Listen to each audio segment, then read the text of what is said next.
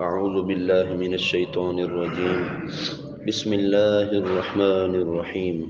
سورۃ البینہ، جمہور مفسرین کے نزدیک یہ سورت مدنی ہے، اور حضرت عبداللہ ابن عباس رضی اللہ تعالیٰ عنہ آپ کی ایک روایت کے مطابق یہ سورت مکۃ المکرمہ میں نازل ہوئی۔ اس سورت میں 1 رکوع اور 8 آیاتیں ہیں۔ بینہ کا معنی ہے روشن اور بہت واضح دلیل۔ تو اس سورت کی پہلی آیت کے آخر میں یہ لفظ موجود ہے، اس مناسبت سے اس سورت کا نام سورہ بینہ رکھ دیا گیا۔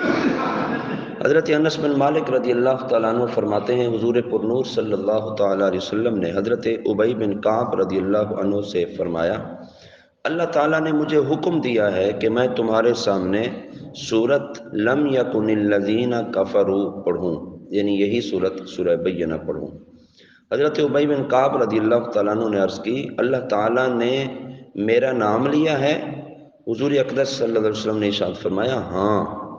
یہ سن کر حضرت ابی بن کعب کی آنکھوں میں آنسو جاری ہو گئے، یعنی اللہ تعالیٰ نے حضرت ابی بن کعب کا نام لے کر فرمایا کہ محبوب ابی بن کعب کے سامنے اس سورت کو پڑھو۔ تو کتنی قسمت کی بات ہے کہ جس بندے کا نام اللہ رب العالمین لے اور حکم فرمائے کہ اس بندے کے لیے خصوصی طور پر یہ پیغام اور یہ حکم ہے۔ اس سورت کا مرکزی مضمون یہ ہے کہ اس میں یہودیوں، عیسائیوں اور مشرکوں کا نبی کریم صلی اللہ علیہ وسلم کی رسالت سے متعلق موقف بیان کیا گیا، اور اس سورت میں یہودیوں، عیسائیوں اور مجوسوں کے مذہب کا باطل ہونا بیان کیا، اور یہ بتایا گیا کہ اہل کتاب میں دین کے معاملے میں پھوٹ کس وقت پڑی، اور تورات و انجیل میں انہیں دیے گئے احکام بیان کیے گئے، اور کافروں کا انجام بیان کیا گیا، اور بتایا گیا کہ یہ تمام مخلوق میں سب سے بدتر ہیں۔ کافر تمام مخلوقات میں سب سے بدتر ہیں۔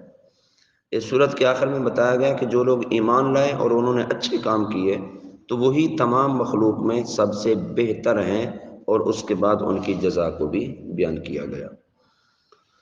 بسم اللہ الرحمن الرحیم، اللہ کے نام سے شروع جو نہایت مہربان رحمت والا ہے۔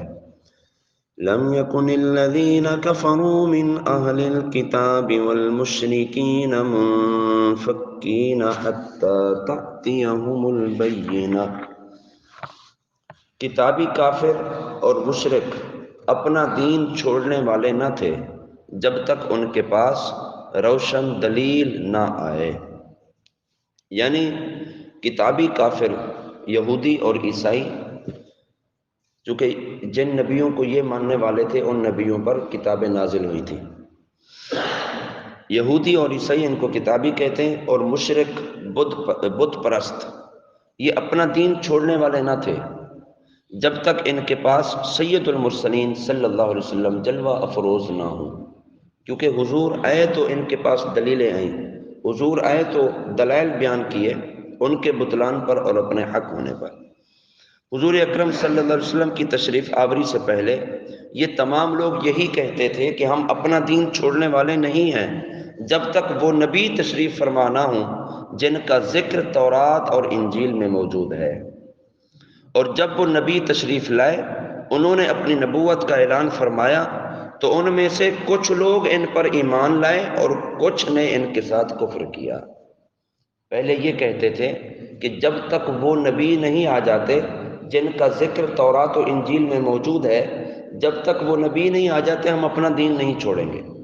اور جب حضور تشریف لے آئے اور انہوں نے تورات و انجیل میں حضور کے اوصاف جو پڑھ رکھے تھے نبی علیہ الصلوۃ والسلام کو دیکھ کر وہ سچی باتیں ان کی آنکھوں سے پھر گزریں، تو پھر یہ ہوا کہ کچھ لوگ ایمان لائے اور کچھ لوگوں نے اب بھی کفر اختیار کیا، یعنی حضور پر ایمان نہ لائے۔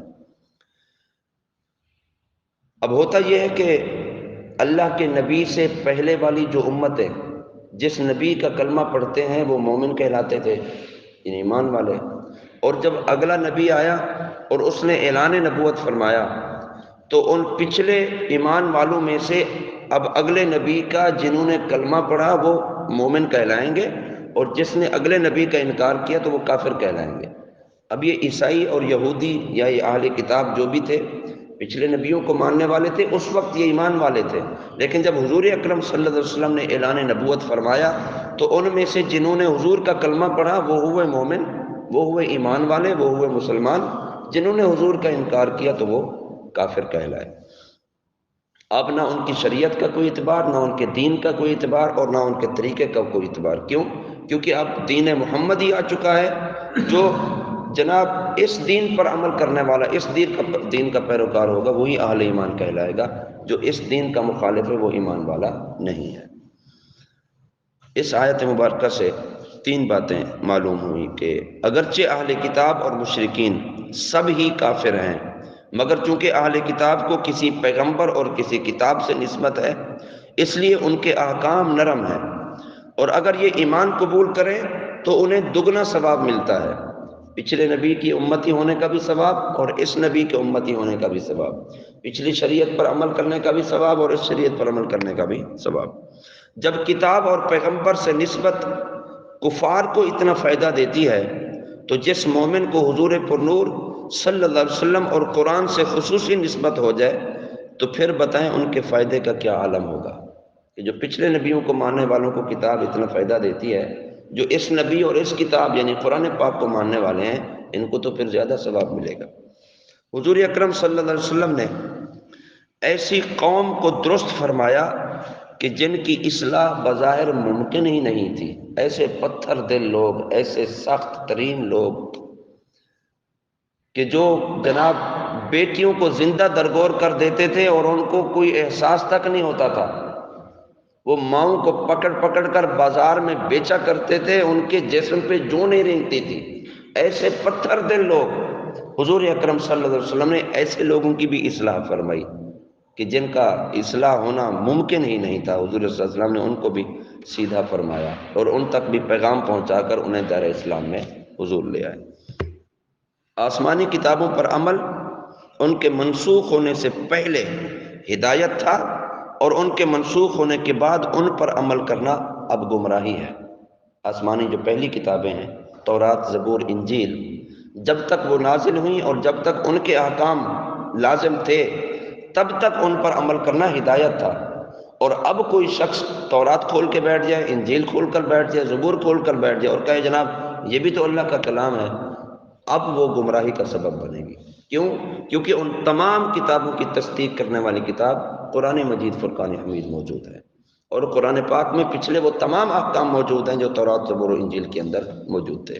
حضرت فاروق اعظم رضی اللہ تعالیٰ عنہ آپ پچھلی کتابوں میں سے ایک کتاب کھول کر بیٹھے ہوئے تھے اسلام لانے کے بعد، حضور اکرم صلی اللہ علیہ وسلم کا وہاں سے گزر ہوا تو حضور اکرم صلی اللہ علیہ وسلم جلال میں آ گئے۔ حضرت عمر نے نبی علیہ السلام کے چہرے انور کو دیکھا اور کتاب کو بند کر دیا اور حضور کی بارگاہ میں حاضر ہوئے۔ یا رسول اللہ وہ بھی تو آسمانی کتابیں، کیا ہم انہیں نہ پڑھیں؟ حضور نے فرمایا کیا میں تمہارے لیے سچا دین لے کر نہیں آیا ہوں؟ کیا میں تمہارے لیے سچی کتاب لے کر نہیں آیا ہوں؟